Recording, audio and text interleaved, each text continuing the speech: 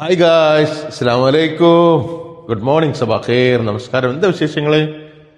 അപ്പൊ ഇന്നിതാ തിങ്കളാഴ്ചയാണ് കേട്ടോ.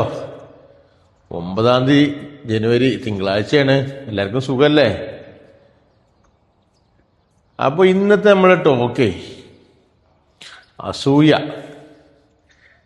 അസൂയ ഉണ്ടല്ലോ, അതിന് പണ്ട് നമ്മൾ കേട്ടിട്ടുണ്ട് അസൂയക്കും കഷണ്ടിക്കും മരുന്നില്ല.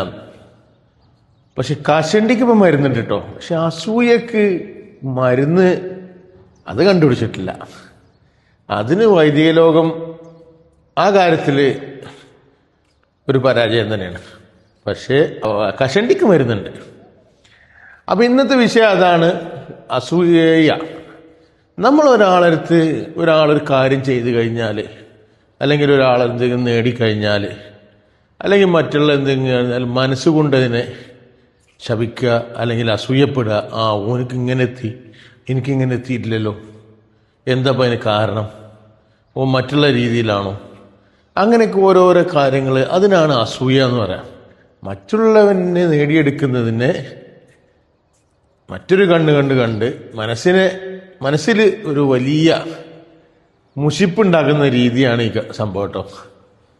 അത് നമ്മൾ ആരും എല്ലാവരിലും ഉണ്ടെന്ന് നമുക്ക് പറയാൻ പറ്റില്ല. പക്ഷെ പലരും നമ്മൾ കണ്ടിട്ടുണ്ട്, ഒരു കാര്യങ്ങൾ ചെയ്യുകയാണെങ്കിൽ അതിനെ അസൂയപ്പെട്ട് സംസാരിക്കുക, അല്ലെങ്കിൽ അതിനെ അസൂയപ്പെട്ട് പ്രവർത്തിക്കുക. അപ്പൊ ഞാനിങ്ങനെ പറയുന്നത് ഒരാളെ കുറിച്ചല്ല കേട്ടോ, പൊതുവേ ഉള്ള ഒരു ജനങ്ങളുടെ ഒരു രീതികൾ വെച്ചിട്ടാണ് സംസാരിക്കുന്നത്. അസൂയ വലിയ അപകടകാരിയാണ് പല കാര്യങ്ങളിലും, പല മേഖലകളിലും. അപ്പൊ അതിന് നമ്മൾ ശ്രമിക്കാതിരിക്കുക. മറ്റുള്ളവരെന്തേലും നേടിക്കഴിഞ്ഞാൽ അൽഹംദുലില്ലാ, അതിന് സന്തോഷം പങ്കുവെക്കുക. അവനെന്തെങ്കിലും പ്രവർത്തിച്ചു കഴിഞ്ഞാൽ അവനെ ബഹുമാനിച്ച് അവനോട് സ്നേഹം ആശംസിക്കുക. അല്ലാതെ മനസ്സിനെ ഇറുകി പിടിക്കരുത് എന്നാണ് ഞാൻ പറയുന്നത്. അതിൽ പ്രവാചകന്റെ ഒരു വാക്യമുണ്ട് കേട്ടോ, നമ്മൾ തീ വിറകിനെ തിന്നത് പോലെയാണ് അസൂയ.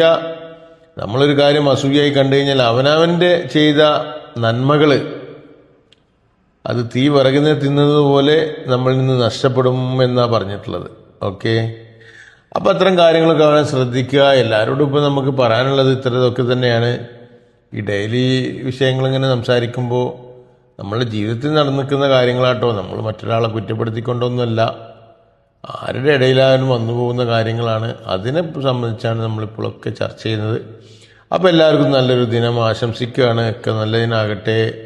നമ്മളുടെ എല്ലാ കാര്യങ്ങളിലും നമുക്ക് നല്ല തന്നെ ലഭിക്കട്ടെ, എന്ന് ആത്മാർത്ഥമായി പ്രാർത്ഥിക്കുകയാണ്. എല്ലാവരും കയറി നൽകട്ടെ എന്ന് ആത്മാർത്ഥമായി പ്രാർത്ഥിക്കുന്നു. എല്ലാവർക്കും നല്ല ദിനം ആശംസിക്കുന്നു. Thank you.